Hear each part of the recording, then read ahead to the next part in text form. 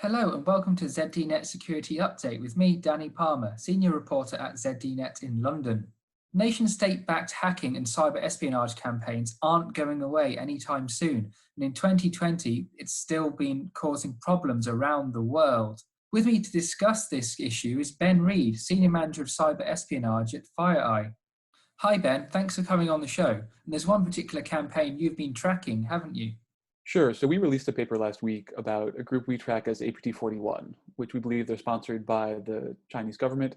And they were, over the past 3 months, they've conducted sort of either scannings or intrusion attempts against over 75 of our customers. Really, and what's been notable about it is how widespread it was. So 75 is a decent number. That's just our customers. But it's included companies as far afield as sort of Denmark, Canada, the United States, down to the Philippines, Australia, India, Malaysia. And the verticals have also been widely scattered. It's included sort of banking, the defense industrial base, oil and natural gas, manufacturing. So it's been one of the most widespread campaigns we've seen from Chinese groups in recent years. What does it say about this attack group that it's still going with such broad campaigns right now, especially with everything else that's going on in the world and in that particular region at the time this report is looking at?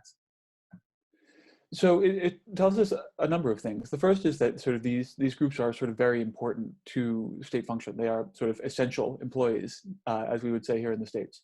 So it sort of shows a premium on that, and that they're able to continue to operate through a challenging situation. We did see pauses in activity around the Chinese New Year and around sort of some of the lockdowns that went into place in mainland China. So there's potential for some effect.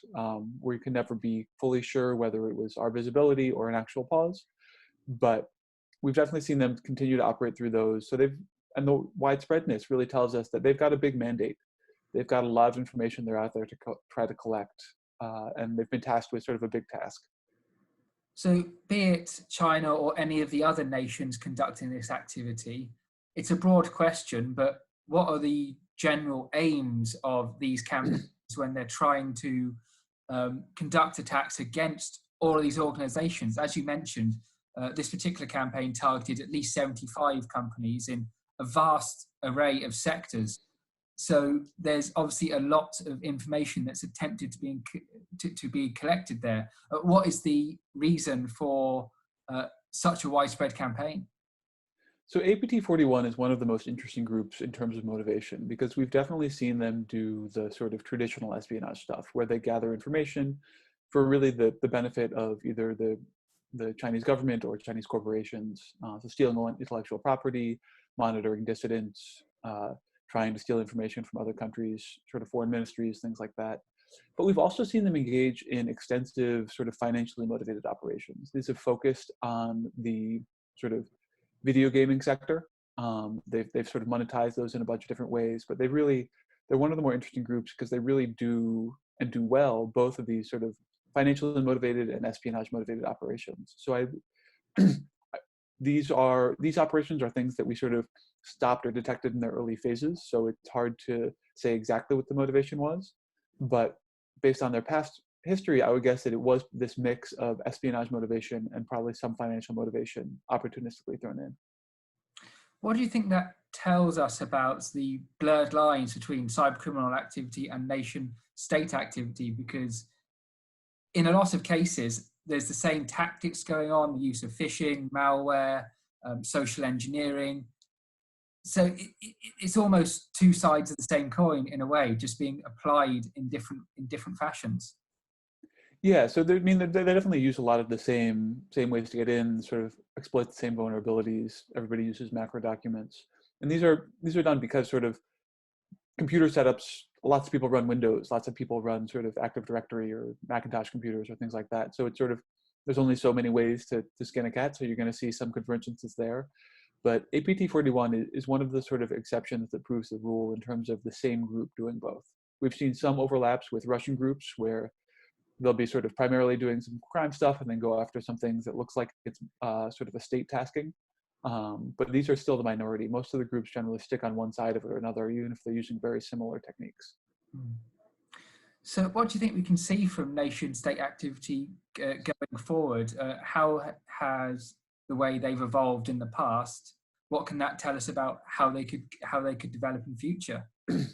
So one of the things that we've seen, especially the Chinese groups increasingly move to, and this paper shows a number of examples of this, is they're trying to get away from requiring human interaction. We've seen sort of a push towards leveraging vulnerabilities in web-facing applications. We saw this from a lot of the VPN vulnerabilities that were patched last year, were gone after by Iranian groups. This sort of the Cisco router vulnerability we think was targeted, the Citrix ADC here. These are all things that are web-facing, and so we think it gives you a little bit more control over the process as an operator if you don't need to depend on somebody clicking a phishing email. We definitely see a lot of phishing, but sort of an increasingly high mix of exploiting web-facing applications. I suppose that's an advantage for the attackers, because if you can take out the middleman in being the person having to click a link in a phishing email, that might not always be successful. But if they can brute force a router or any other sort of IoT device, or a web-facing port, that's going to give them more chance of success, isn't it? So it definitely gives them more control. You can it's more predictable what's going to happen than when you send a spear phishing email, and it's a little bit less sort of liable to get reported, and then a security company looks into it. But as we see here, it still is possible to both sort of prevent these by patching and sort of detect them as they come in, because once they get in, you still need to use malware. And even in these cases, they use sort of off-the-shelf Cobalt Strike beacon, and those are things that you can develop robust signatures for. So there are different ways in, but you can still, if you're defending in depth, you can detect these types of things at different stages and still minimize your company's or organization's vulnerability to it. It's an interesting point there you bring about off-the-shelf malware, because when it comes to nation-state-backed attacks, in a lot of cases we hear about custom-built tools. What does it tell us about how powerful off-the-shelf malware can be if nation-state groups, which could potentially have vast amounts of funding, are picking them up and using them for themselves? So there are two things about the off-the-shelf malware. One is that, yes, they are sort of very full-featured. Sort of some of the publicly available, even open source toolkits can really do everything that you would want malware to do. So the groups will take these and then add their own layers of obfuscation to it to sort of hinder detection.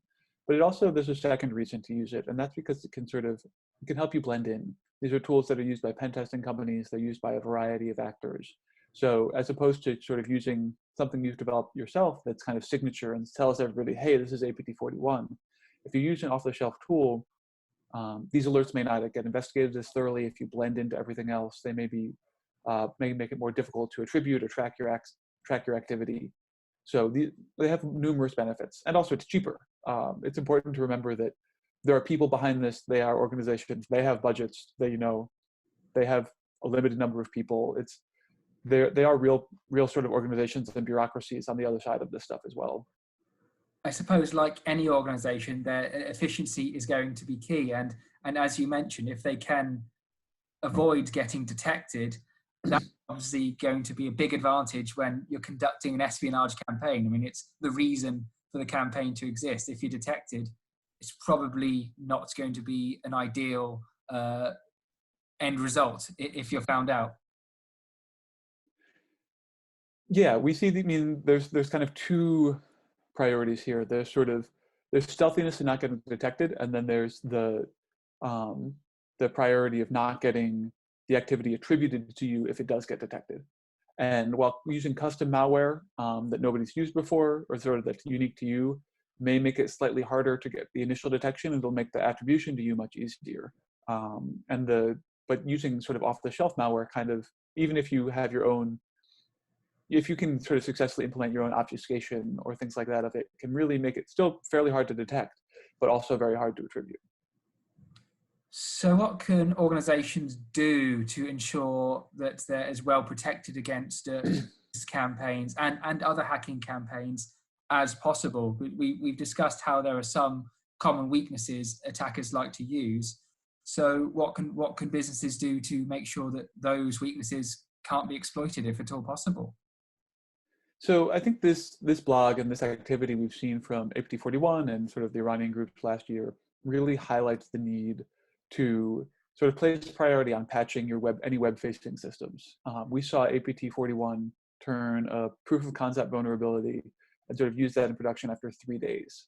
And I mean, if it was easy to patch everything quickly, there wouldn't be these problems. So I don't want to minimize those difficulties, but it does show sort of as soon as a proof of concept is out there, these get incorporated by espionage actors, by criminal actors very quickly. So as much as you can sort of build your organization to try to do that, and then when you're not able to do that, sort of defending against these open source malware, it's open source, you can go look at it, you can kind of examine it, it has default configurations. These were sort of not particularly crazy setups. So if you can sort of focus detection energy on that and sort of have those down pat, it can really stop a broad variety of threats.